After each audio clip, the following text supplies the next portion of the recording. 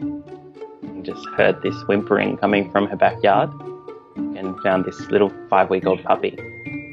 He had these talon marks on his back. He thought some kind of bird had picked him up and dropped him. He acted like a dog, but didn't at the same time. She sort of built him a little den that he could sleep in, and he really liked that. She was like, is this a dog? Is this a fox? What actually is this? She then took him to the vet. Said, well, we think that's actually a dingo. All of these people that have never even seen a dingo. They are a very similar species to dogs. Dingoes will always have a whiter head, and they will always have a white tip on their tail. They act more like cats in personality. They tend to be more shy, and they like to climb a lot. We often say the cat's in a dog suit. Once she figured out what he was, she was very happy. Went and picked him up and drove down to the sanctuary. When Wandy was 5 weeks old, he sort of had no idea what he was doing and how to relate to anybody else. He would follow the other dingoes around and just kind of be like, oh, who are you? Like, what are you doing? Or are you sniffing that? Should I sniff that too? They would let him learn how to be a dingo. He had to learn to use his whiskers to find bugs underground and how not to bite everybody.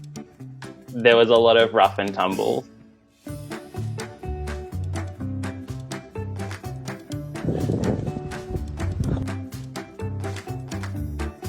We paired him up with a female dingo, Hermione.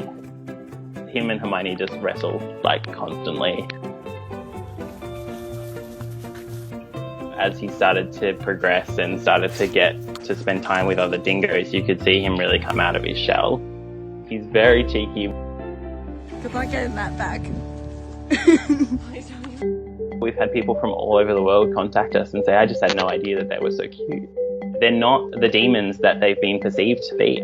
They're actually quite lovely. If you treat them with respect, they're going to treat you with respect.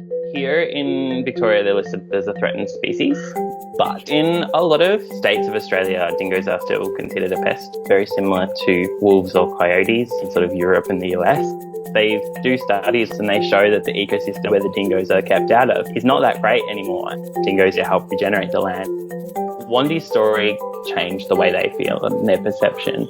He's such a little character. He's so expressive. He's gotten much bigger now. We think he's going to be quite a big dingo.